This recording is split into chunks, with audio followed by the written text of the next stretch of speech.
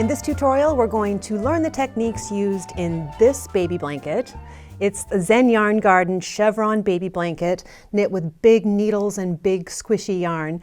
The yarn in this was specially designed for this blanket. There are 3 different color kits, and it's 90% superwash merino, 10% nylon. It makes a very thick, squishy, comfortable baby blanket for a special baby.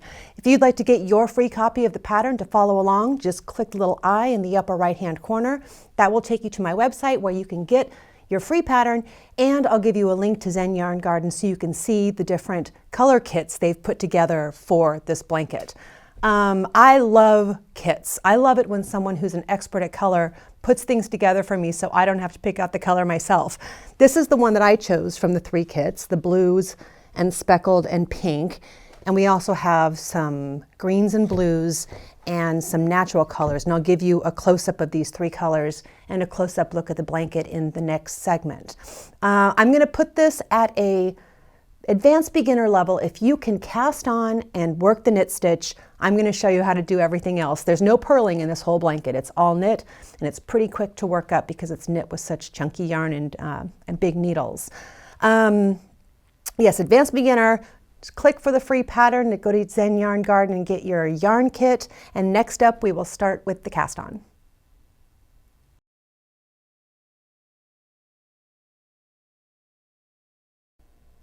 We are ready to get started with this blanket. Hopefully you've gone to my website to get your copy of the pattern and to order your yarn kit. I want to give you a close-up of the stitch and the different colors in the yarn kits. Let's go ahead and take a look. Here is my blanket, and I can only show you a little part of it because it's obviously too big for the whole camera, but this color kit has the blues and the speckled and the pink. And you can see the stitch here. We've got garter stitch ridges. Let me move this, keep my lap warm. This one is the blues and the greens. And I'm showing just 1 hank of each color, but the yarn kit actually comes with 3 hanks of each color. I'll move these. And this one is the natural colors.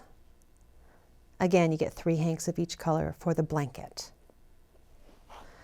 All right, we are ready to get started with the cast on, and I'm using size 13 needles. You can use 24-inch or 32-inch or straight needles, and anytime I'm casting on a whole bunch of stitches, this is what I like to do to make sure I have enough for the whole cast on.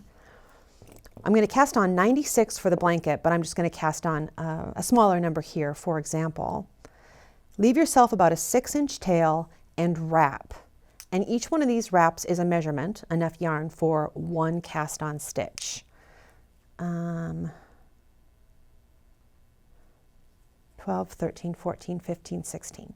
So I'm going to wrap half the number of stitches I actually need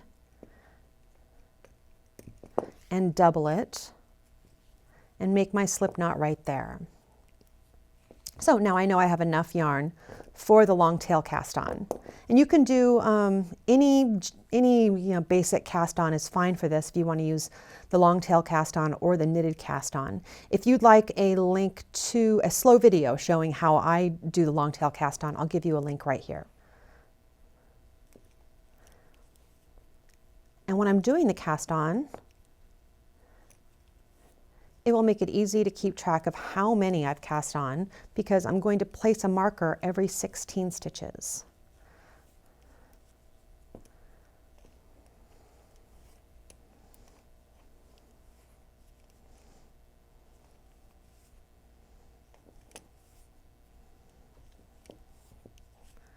I'm actually not counting though. I'm thinking ahead to grabbing a stitch marker. Let me see.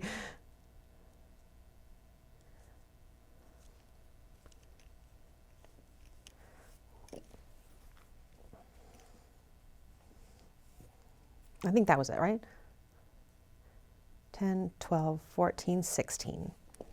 Okay.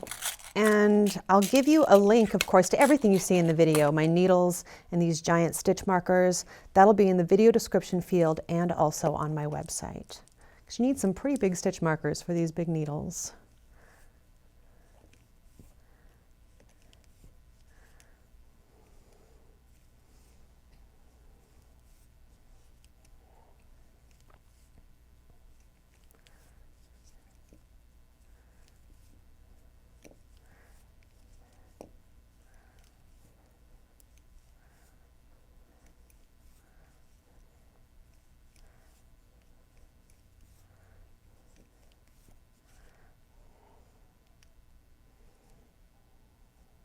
Okay.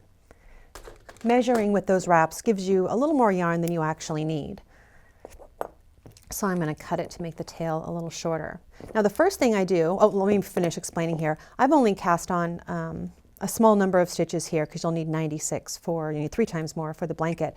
So I would just place another marker and cast on 16 more, place another marker, and keep going. But I'm just doing a small sample here.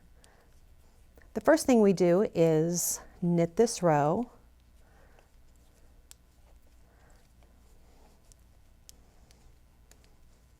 You know, I love the feeling of working with these big needles, but when I was designing this blanket, I was knitting a sweater for myself using tiny needles and tiny yarn, and so I went from size 3 to size 13 needles within a half-hour period.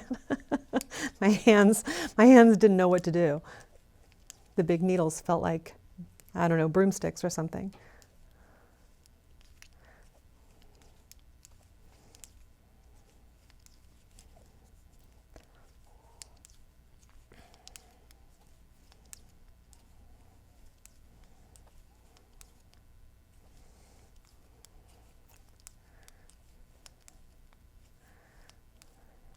Okay, now that we're all set up, we're cast on and we have our first wrong side row knit.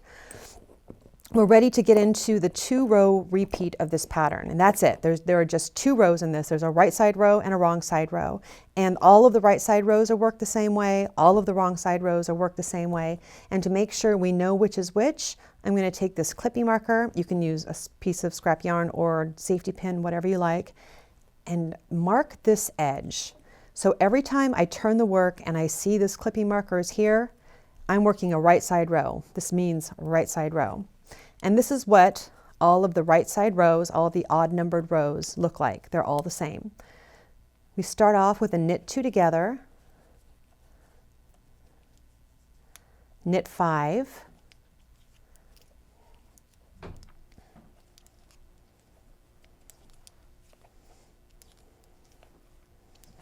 and now we're going to do 2 KFBs. KFB is knit front back. It's a 1-stitch increase. And this is how it goes. You work the stitch normally, a normal knit stitch, but you leave that stitch on the left needle. You swing the tip of your needle around to the back loop of the stitch, put it in there, wrap it and pull it through, then pull the old stitch off the left needle. You've just increased by 1.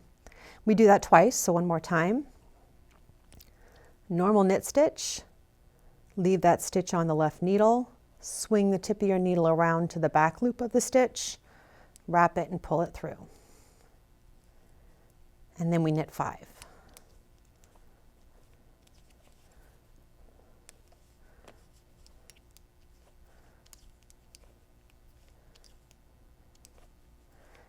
And now we're 2 stitches before the marker.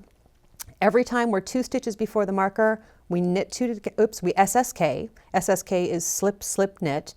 It's another 1-stitch decrease, except for this is a left-leaning decrease. Knit 2 together is a right-leaning decrease. So you slip as if to knit, slip as if to knit, put the tip of your left needle into the front of those 2 stitches, wrap the back needle and pull it through. That's an SSK. And slip the marker, and then every time we slip the marker, the next stitch is a knit 2 together. We're just starting the whole sequence of stitches we just did there. We're starting it over again. So knit 2 together, knit 5,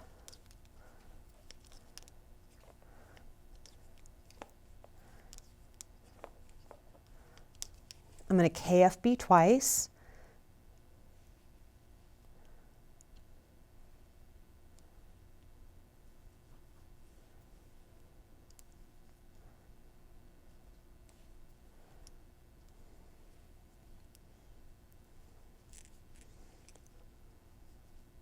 okay, knit 5. There's a lot of counting to 5 in this pattern.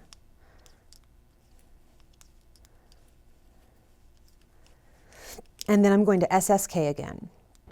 Slip as if to knit, slip as if to knit, put the tip of my left needle into the front of those 2 stitches, wrap the back needle and pull it through. Now, if SSK is new to you and you want a slow rundown of that, I'll go ahead and give you a link here to my SSK video. It really breaks it down. So after working the right side row, I turn the work. There is no clipping marker here, so I know I'm on the wrong side. And on the wrong side, I just knit all the stitches. Something to keep in mind while you're doing this, we increase, well, we're talking about the 16 stitch segments here. We increase twice in each segment with the 2 KFBs. We decrease twice in each segment, once with the SSK, once with the knit 2 together. So the stitch count never changes. So if you're ever worried that you're off track somewhere or your stitch count is off, just count between the stitch markers to make sure you have 16 stitches between the stitch markers. And that's the pattern. Okay, and here I have a little bit more worked up. And this is, I've switched from the speckled yarn to the pink yarn here, and I know I'm on a right side row because my marker is here. And I want to talk about garter stitch ridges and looking at garter stitch ridges and reading your knitting, because in this pattern, this is all written out in the pattern, you pick your colors, the order that you want them to go in, you do a narrow stripe, switch colors, do a narrow stripe, switch colors, do a wide stripe, and then go back to the 2 other colors in narrow stripes. And the narrow stripes are each 8 garter stitch ridges long, which is essentially 16 rows. But it's I want you to be able to read this and see what it's like, what it looks like. The cast on and the first wrong side row that you knit before you started the pattern sequence, that makes 1 ridge. Then every 2 rows after that makes another ridge. And these are big, thick, chunky ridges to count, so it's pretty easy. 1, 2, 3, 4, 5, 6, 7, 8. That's how I know that I have 16 rows there, but because the cast on and the first wrong side row made a ridge, that's there was 14 rows after that essentially. But after the cast on row, every 2 rows make 1 garter stitch ridge. And you just count the ridges of purl bumps for each garter stitch ridge. Okay, I am ready to work a right side row. Let me see what I want to demonstrate before I go nuts and cut this yarn. Okay, I want to show you how to change colors. And I'm actually not ready to change colors on this. I've only worked 2 garter stitch ridges, but so I can demonstrate it, I'm going to. We're going to pretend I worked 8. So I cut the yarn, leaving myself a good tail, about 6 inches, so I can weave that in. And I'm on a right side row. You always want to change colors on a right side row. The first stitch is knit 2 together. So I'm going to put my needle in and then grab my working yarn, the color I want to switch to, and leaving about a 6-inch tail, I loop that yarn over the back needle and pull it through, and then knit 5.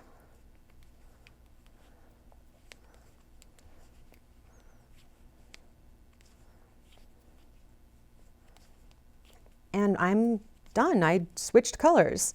Now, you can do, this is something that I've done, because I machine washed and dried my blanket, I really want the color changes, the extra ends, to really stay tight and woven in. So I'm going to go ahead and tie a double knot with those. And it's a nice little tight double knot.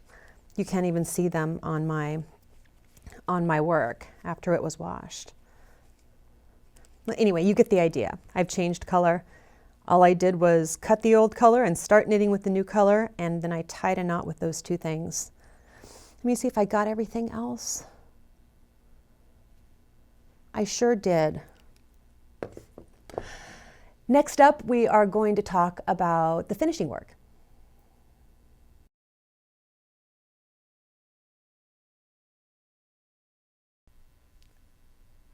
Anytime you're changing colors in a knit pattern, you're going to have ends to weave in from the different places that you've changed colors. There isn't a lot of color changes in this, but we want to make sure that we get these ends really secured so that when you do put this gorgeous blanket into the washer and dryer, it will come out with all of the ends intact, especially if you're giving this as a baby blanket to new parents or baby shower gift or something, you want to make sure it's going to hold up in the wash. So let's go ahead and take a look.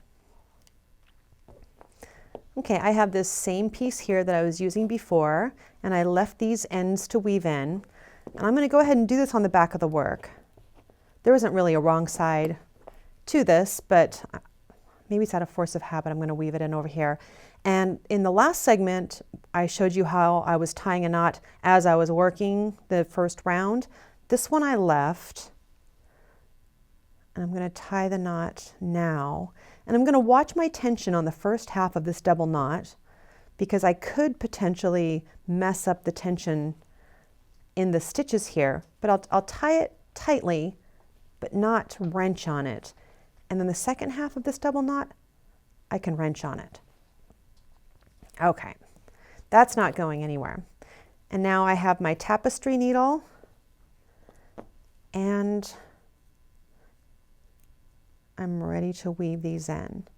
And this is really thick yarn. This is a big tapestry needle, it's really thick yarn. Okay.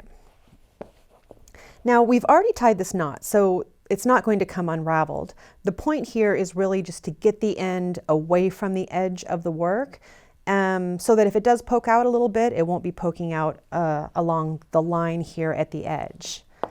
And what I'm going to do is follow umbrellas and smiles.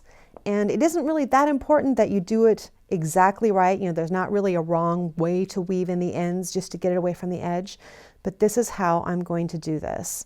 I'm going to go up into an umbrella and into a smile. Follow the umbrella around, go down into a smile, down into an umbrella where I was before. Follow the smile around, up into the umbrella, up into the smile where I was before. Follow the umbrella around, down into the smile, down into the umbrella. Are you getting the pattern here? I'm just creating this Christmas candy shape of loops. And the reason that I'm doing it this way is because it will not affect the elasticity of the work. And I've shown you here how I like to weave in ends and garter stitch. If you need more of an explanation, I'll go ahead and give you a link here to my video that spends a lot more time talking about smiles and umbrellas. And then once I've woven that in, 6, 7 times, I'm going to cut that short. And then it looks great and it won't show from the front. Just do that with each of the ends. Now when you're looking at this gorgeous yarn from Zen Yarn Garden, it says on the label, hand wash, lay flat to dry. But because it's superwash, I figured it could probably be machine washed. And so I went ahead and knit the blanket and took the risk. Actually, I knit a swatch and I machine washed it. I knew it was going to be fine. And I machine washed mine on delicate using wool wash, just to be careful. And it came out of the washer beautifully. I put it in the dryer on a really low heat for, I don't know how long it was, but it was until it was almost completely dry. It wasn't quite dry because I wanted to set it out flat to dry to make sure I was getting the 36 by 36 measurements and everything. And I thought I was going to be pinning out the points of the chevron, but that really wasn't necessary. The chevron points are strong enough that everything just, I really didn't have to do anything. I set it out flat to dry and it dried exactly the way I wanted it, no problem. But I will tell you one thing, this yarn is gorgeous and it's great to work with. But while you're knitting with it, the blanket isn't going to be as soft as it's going to be after you wash it. After you wash it, I still have this blanket on my lap from the first segment. It's really soft and squishy. So I hope that explains all the techniques used in this blanket. Again, all the information is on my website if you click the little eye in the upper right-hand corner. Many, many thanks to Zen Yarn Garden for dyeing all of these special kits just for this pattern. I love it. Good luck.